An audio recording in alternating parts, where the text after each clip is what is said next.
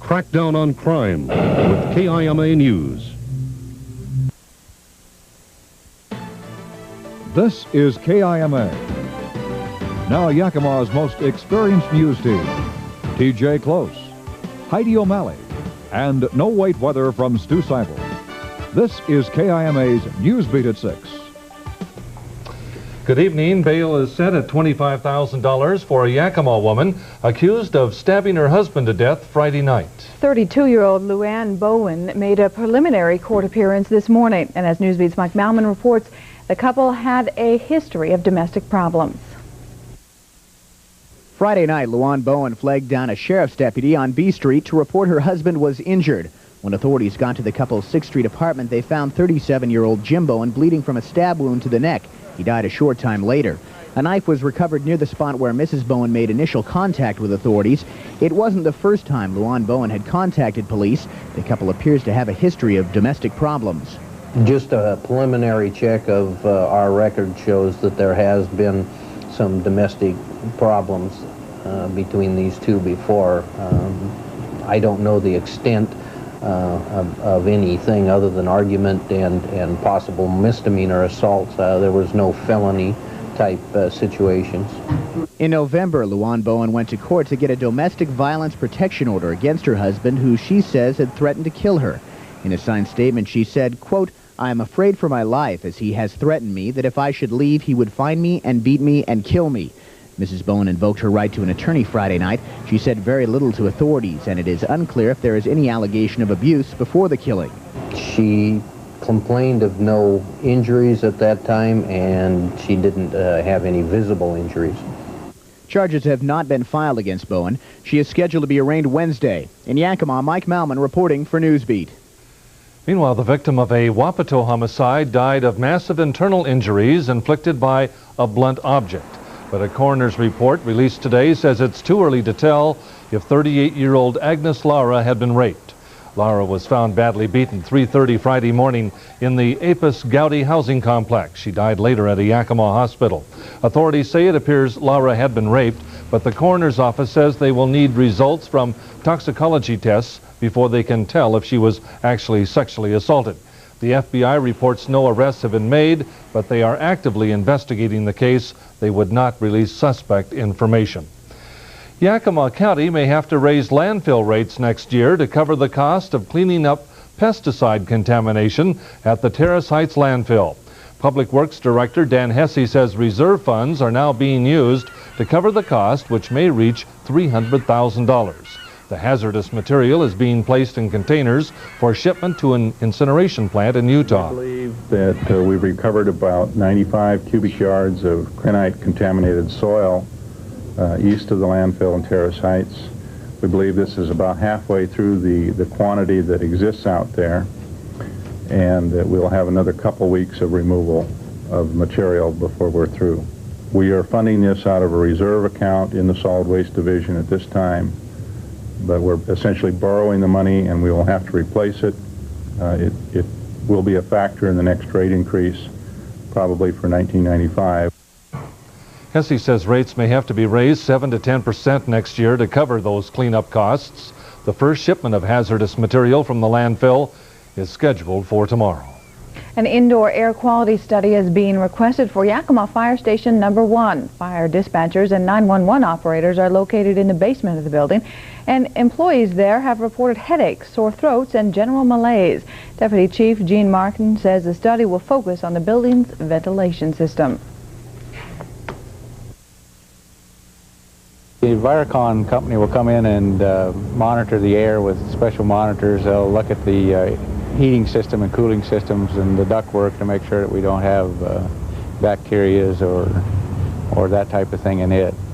Another possibility down there is that with all the electrical equipment running down there all the time, that we may have ozone may be part of the factor down there. And he will test for that, and he's indicated if that's the case, it'll be fairly easy to fix. The indoor air quality study is to be completed quickly at a cost not to exceed $2,200. Still to come on Newsbeat, a Yakima councilman goes to the nation's capital to fight for local jobs and loses. And residents of a Northwest city cry foul over the U.S. Army's plan to burn toxic chemicals in their community. KIMA's Newsbeat at 6 continues. Suicide has been a topic widely discussed in the U.S. media lately. For a time, the national spotlight was focused on the death of Seattle grunge rock star Kurt Cobain. While here at home, people are still coping with the suicide of well-known Yakima resident Greg Stelzer. Mental health professionals remind us what to look for if a loved one is contemplating ending his or her life. I think it's important for us to talk about the issue of suicide is the idea of looking for solutions. And most people are looking for solutions to their pain. Sometimes there is no warning, but often there are signals we can pick up on. Some of those are if there's recently been a suicide in the family, if the person is talking about killing themselves, maybe they've experienced a significant loss lately, and they're showing a change in attitude. And sometimes giving away personal belongings is that person's way of expressing he or she still wants to live. If we're aware of some of those signals, we can start saying, you know, I'm noticing this and this and this about you. Are you thinking about ending your life, or are you giving up on life? And that's a way to open some conversation and let them know you care. I think people's reaction is they want to kind of talk them out of it. And what they need to do is just be real empathic, listen. Professionals say publicity about suicide is rarely responsible for someone else making the same decision, but it can trigger already suicidal thoughts, as in the case of a friend of Greg Stelzer's. There was a connection there that obviously the other person had that in their mind, and the fact that their friend had completed the act makes that seem possible. Teenagers sometimes give more obvious signals than adults, and it's not always possible to intervene. Some people don't give off a lot of clues. Some people don't give off any clues that you would recognize as clues until afterward. We can't feel, you know, responsible. I mean, it's a decision that the individual made. We can't second guess. And support groups are helpful for those left behind. If there are signals, remember the most important thing is to listen and to get help. Ultimately, we can't control what somebody else does with their life.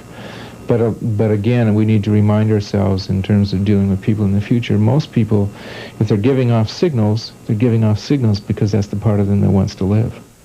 An open line is an important resource for anyone in crisis. That number is 575-4200.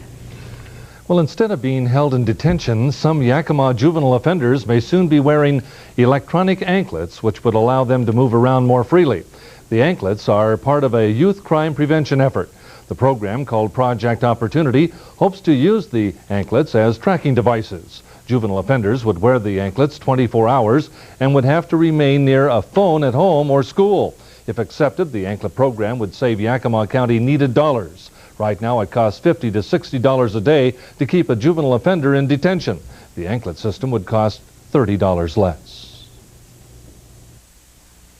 We have them in Yakima County for adult offenders, but especially where we are short on space, I think this would be a great way to keep track of a juvenile offender. It's a lot less expensive also than putting them in the detention hall. And if okayed, the anklet system could go into effect in 1 to 2 months. A 2-year investigation into an ongoing series of cockfights culminated in the arrest of over 60 people and the seizure of $30,000 in cash this past weekend near Mattawa. Grant County Sheriff's deputies closed in on an apple orchard yesterday afternoon to find more than 100 people betting on a cockfight. Those apprehended include people from Yakima, the Tri-Cities, and Seattle. More than 20 dead cocks were seized, along with a number of live cocks, betting slips, and a large amount of cash. Racketeering charges may be filed against those who held the cockfight. A dozen people have been arrested by the FBI for allegedly conspiring to cheat and defraud the Lummi tribal-operated casino in Bellingham. Arrests were made yesterday in Bellingham, El Paso, Texas, Las Vegas, San Jose, Sacramento, and in Anderson, California. All are casino employees. They are accused of using a sophisticated system of marking playing cards used for blackjack games. The suspects also are alleged to have obtained and removed unused playing cards from the casino, arranging them to be marked or returned to the casino's blackjack tables.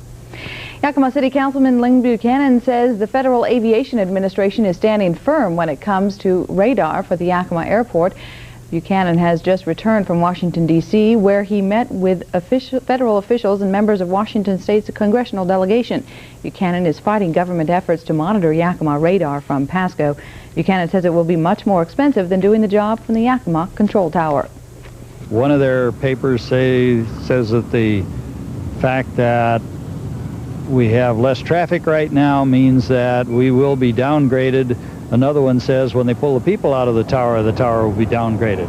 This is in spite of the fact that both an FAA study and the airport master plan show that traffic will be increasing at the Yakima Airport to the point that they will need to do a modification of the tower. Buchanan says the FAA has agreed to hold a meeting in Yakima to discuss the radar situation with local governmental officials. No date has been set for that meeting. Summer-like weather coming a little early. Really? You bet. You know, we've had temperatures 20 degrees in some cases above normal for this time of year. So if you like your temperatures a little bit cooler, yeah, right. Stick around tomorrow. It'll start to cool down a little bit, but still it's going to stay above normal. Pollen count really taking off again. Lilac is the main source of pollen. The mole spores still holding about even. We'll have the forecast and those changes coming up next. Now back to Newsbeat at 6 on KIMA. This portion of tonight's news is brought to you by your Lincoln Mercury dealers. Good evening. Getting a little buildup of cumulus here and there across the Cascades and the west sides of Washington and Oregon may result in a chance of a shower or thunder shower this evening. Otherwise, partly cloudy, a low temperature about 48 in Yakima. Then for tomorrow, partly sunny skies with a high temperature a little bit cooler, making it up to 74. But that's still well above normal for this time of year. It's mostly partly cloudy across the area for the most part. 82 degrees right now in Yakima, 78 at Ellensburg, 83 at Toppenish, 85 at Sunnyside, and Grandview with 83 degrees. Our winds are southeasterly at 6, humidity 83%. We have a falling barometer. The high temperature for the day today coming in at a very warm 83 degrees. The normal for this date, only 64. Low this morning cooled down to 56. Some of the other highs and lows in Ellensburg, 79. Their low this morning was down to 50. 86 for the high at Toppenish and Sunnyside, as well as Grandview. In the central part of the state, the warmest reading this afternoon was an 88-degree reading, and that was at Hanford. And that was a record high for the date for them, as well as the warmest reading in the state of Washington.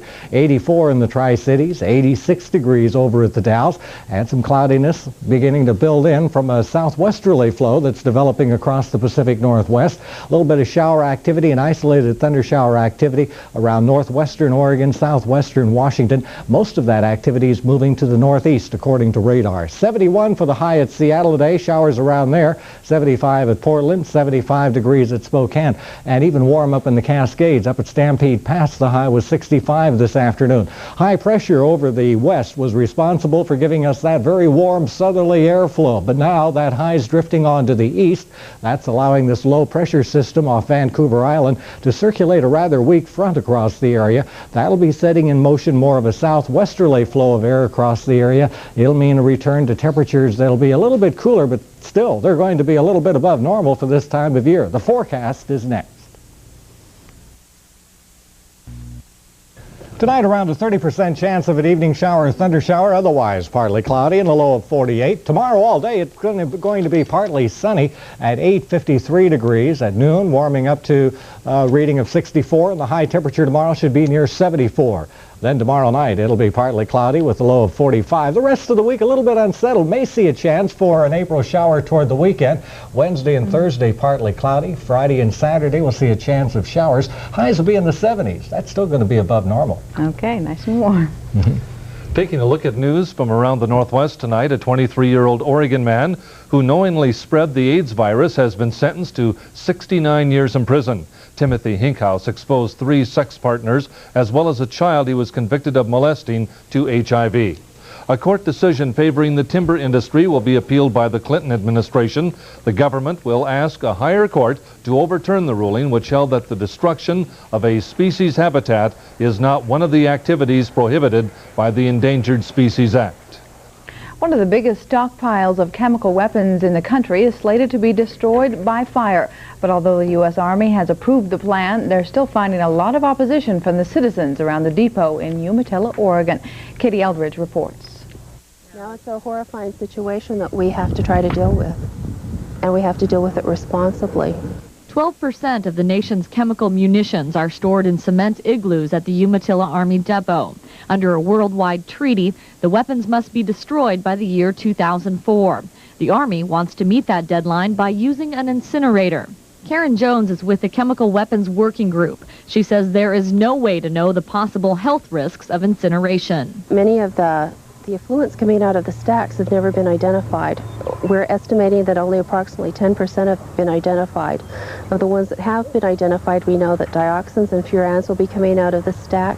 Both of those are bioaccumulative and biomagnified. That means as they move through the food chain, that their toxicity will increase.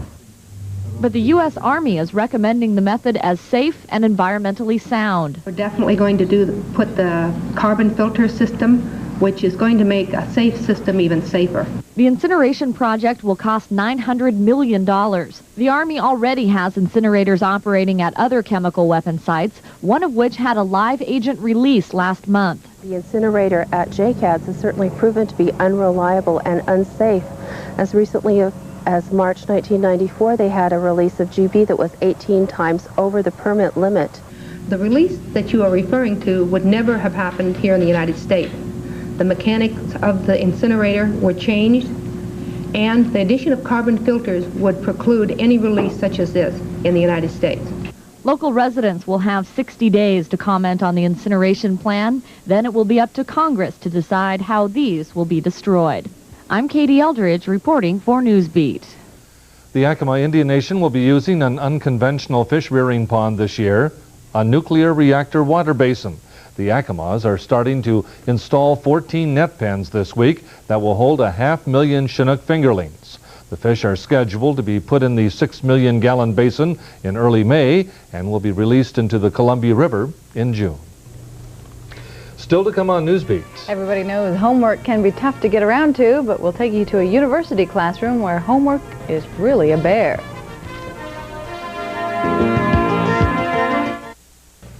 KIMA's Newsbeat at 6 continues. 5 course records fell today at the Boston Marathon. Under ideal conditions, more than 9,100 runners were officially entered in the annual race. Kenya's Cosmos Naditi won the men's division for the second year in a row with a record time of 2 hours, 7 minutes, and 15 seconds. Mexico's Andres Espinoza was second. German Uta Pippig took the women's division in a record time of 2 hours, 21 minutes, and 45 seconds. And Bob Kempinen of Minneapolis finished 7th and set an American record of 2 hours, 8 minutes, and 47 seconds. Jean Driscoll captured the women's wheelchair race for the 5th straight time, 1 hour, 34 minutes, and 22 seconds. Heidi, 2 named pro quarterbacks were signed today by NFL clubs. The Washington Redskins inked John Freeze to a 1-year pact. The former San Diego Charger QB will earn $900,000 next season. And the Atlanta Falcons re-signed Bobby Hebert. He will make considerably less than the $3.5 million he earned under his old contract. And there are 45 applicants for the vacant men's basketball coaching job at Whitman College in Walla Walla. And one of those applicants is Jerry Coaster of Redmond High School. Since 1988, Coaster's teams have finished 3rd or higher in state competition, winning the state AAA titles in 1988 and 89. And stay tuned to KIMA for Newsbeat tonight at 11. Michelle Bingle joins us now live from the newsroom to tell us what's upcoming. Michelle. Thanks, TJ and Heidi. With all the concern about being physically fit and watching what you eat, tonight we'll have a recipe for chocolate chip cookies for you that will melt in your mouth, but believe it or not, they're good for you. And now that spring is in full force, so is baseball. Tonight at 11, how a backyard workshop is turning out the best bats around. Back to you in the studio. All right, thank you, Michelle. The Prosser rancher who was convicted of several counts of animal neglect in 1992 was back in court today to face new charges. Gladys Tarnowski faces 2 new counts of animal neglect stemming from the 1992 incident. The judge denied Tarnowski's request that the case be dismissed, and tomorrow will begin consideration of Tarnowski's appeal on the original charges. Finally tonight, remember when you were in school, homework could really be a handful at times. Now at Washington State University, some students have a class that's a real bear, literally. April Zepeda shows us how a couple of bears are spicing up homework at the university. Teddy and Bongo belong to a South Dakota company that will eventually sell them to a zoo or a private owner. But in the meantime, the students of WSU's wildlife nutrition class are raising them with the help of their teacher. In that course, we talk about taking care of orphaned animals, and most of the students at one time or another will encounter an orphan that they have to take care of. And the bear cubs are a good example of that. The baby bears spend their days just outside Dr. Robbins' office, getting plenty of attention from visitors who get to see real-life teddy bears up close. But at the end of the day, we take them home. They're just so cute, and you just can't get enough of holding them and seeing them play, and it's something that you know you'll never get to do again. 30 students take turns babysitting these two handfuls who not only chew everything, but need to be fed every 4 hours. I've never had a baby, but I would guess that's about what it's like. They just sort of wake you up because they're really loud. As you probably have heard, they'll just kind of scream just like a baby, and they'll wake you up, and you do wake up. But as with any job, there are rewards, and fortunately, breaks.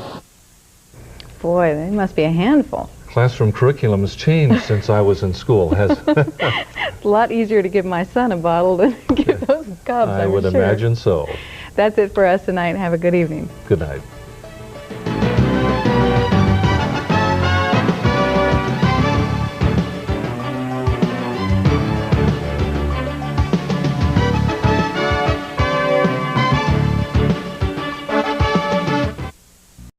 Have been made, but they are actively investigating the case. They would not release suspect information. Yakima County may have to raise landfill rates next year to cover the cost of cleaning up pesticide contamination at the Terrace Heights landfill. Public Works Director Dan Hesse says reserve funds are now being used to cover the cost, which may reach $300,000. The hazardous material is being placed in containers for shipment to an incineration plant in Utah. We believe that we've recovered about 95 cubic yards of krenite contaminated soil east of the landfill in Terrace Heights. We believe this is about halfway through the quantity that exists out there, and that we'll have another couple weeks of removal of material before we're through. We are funding this out of a reserve account in the Solid Waste Division at this time, but we're essentially borrowing the money, and we will have to replace it. It will be a factor in the next rate increase, probably for 1995. Hesse says rates may have to be raised 7 to 10% next year to cover those cleanup costs. The first shipment of hazardous material from the landfill is scheduled for tomorrow. An indoor air quality study is being requested for Yakima Fire Station number 1. Fire dispatchers and 911 operators are located in the basement of the building, and employees there have reported headaches, sore throats, and general malaise. Deputy Chief Gene Martin says the study will focus on the building's ventilation system. The Envirocon company will come in and monitor the air with special monitors. They'll look at the heating system. A wound to the neck. He died a short time later. A knife was recovered near the spot where Mrs. Bowen made initial contact with authorities.